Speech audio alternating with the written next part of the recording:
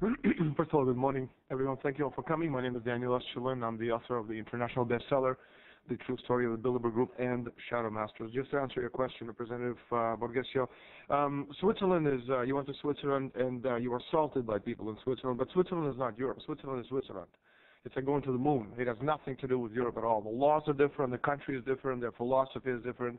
It's the epicenter of what's known as the Venetian black nobility. So Switzerland has nothing to do with anything we're seeing here on the European level. Now, Monti, to answer your other question, is a lackey who has been put there to prepare for the next stage of the banker coup when the euro crisis will be hijacked to concentrate even more power into the hands of the very people who caused this crisis in the first place. Okay. Said that simply and without mincing words. Unless we act now together as people of the planet Earth against the loathsome creatures who are trying to impose the will of the very few against the will of the many, the chain reaction disintegration of the economies of the transatlantic system is virtually inevitable. The global financial system has totally broken down. A chain reaction collapse of phony financial assets is underway across the entire region.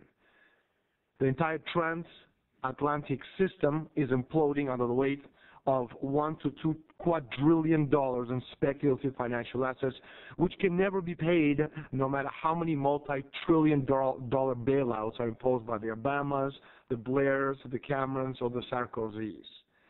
All they can do, and this is what they're doing, is murder the population of subject nations with austerity while vaporizing any semblance of national sovereignty.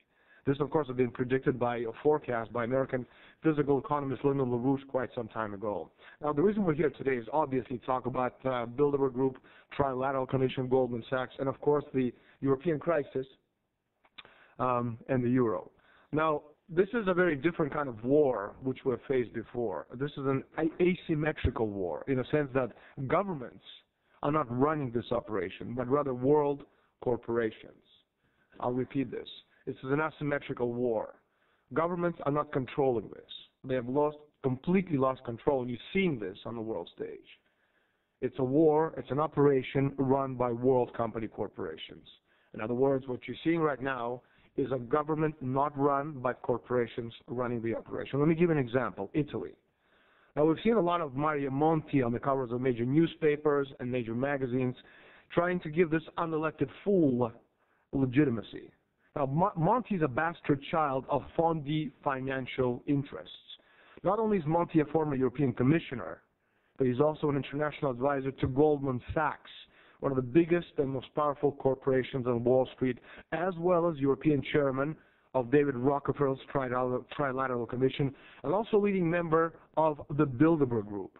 Now, Monti is a lackey, again, who has been put there to prepare the next stage of the bankers' coup in this European crisis. But he's not the only one. The new president of the European Central Bank, Mario Draghi, a former vice chairman of Goldman Sachs International, and of course the European Central Bank is now being hailed as the entity to save the Eurozone by bailing out Italy, by bailing out France, and by bailing out Spain. So you're seeing Monti, who is Goldman Sachs, who is Bilderberg, who is Trilateral Commission. You're seeing Draghi, who is Bilderberg, Sachs, Goldman Sachs, and Trilateral Commission. You're seeing Tremonti, who is member of the, obviously, the Bilderberg Group as well. So you're seeing also the same Goldman Sachs, which way back when prettied up the Greek statistics, making possible Greece's entry into the Euro group. You're seeing a pattern here, no? You have Goldman Sachs, one of the most powerful corporations on Wall Street.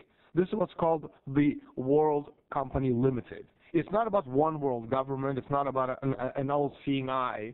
It's about corporations with a lot more power than any government on the planet. And Goldman Sachs, as Mario Borghezio said, is a very good example of that. And as much as Mario Monti will try to distance himself from his role and his position and his activities at Goldman Sachs, these things are simply inevitable. He was, he is, and he will always be a member of these private, unelected organizations who basically rule the world from behind the scenes. Now, Greek Italian, and soon to come Spanish bailouts, of course, is a facade of these operations. What they're trying to do is to blow up the system by, instead of allowing Greece to reorganize its money, they're imposing that Greece be used, that the Greek debt be bailed out by Europe. But then, as I said before, that debt is absolutely worthless. Just like the Irish debt is worthless, just like the Italian debt is worthless, just like the Spanish debt is absolutely worthless. It's garbage. It's monopoly money. So asking Europe, which is in the throes of a financial meltdown, to absorb an unpayable debt, which they never, ever can repay, means you're going for sure to destroy Europe. And it is being done on purpose because nobody, not even Barroso, who's a moron, believes that Greece, Ireland, Portugal, and Spain can be saved. Now, there are strings attached to a lot of these operations of trying to save these nations. And the strings attached to this particular bailout, which we're seeing right now, will accomplish precisely what the Eurocrats wanted all along. A closer-knit political union, as Merkel called for recently, a federal superstate at the cost of European nation-states, surrendering control over their economies to unelected United Europe dictators like Herman Van Rompuy and his moronic sidekicks, José Manuel Barroso. Now, back in 2009, at the Bilderberg conference, and I reported this in 2009 with my Bilderberg report, I said that one of the solutions to the crisis, well, the people who met at Bilderberg, and amongst them, of course, Monti and Draghi and Tremonti and all these individuals, well, the idea of creating two Europes. On the one hand, the Europe, the first division, where you have the France, Germany, etc., nations who can actually pay their way, and on the other hand, the pigs, the Spains, the Portugals, etc. And we're seeing this right now. This is one of the key plans being put together by the people from behind the scenes. I have a lot more to say, but I think I'm going to stop, as I think there are people who want to ask questions. Thank you very, very much.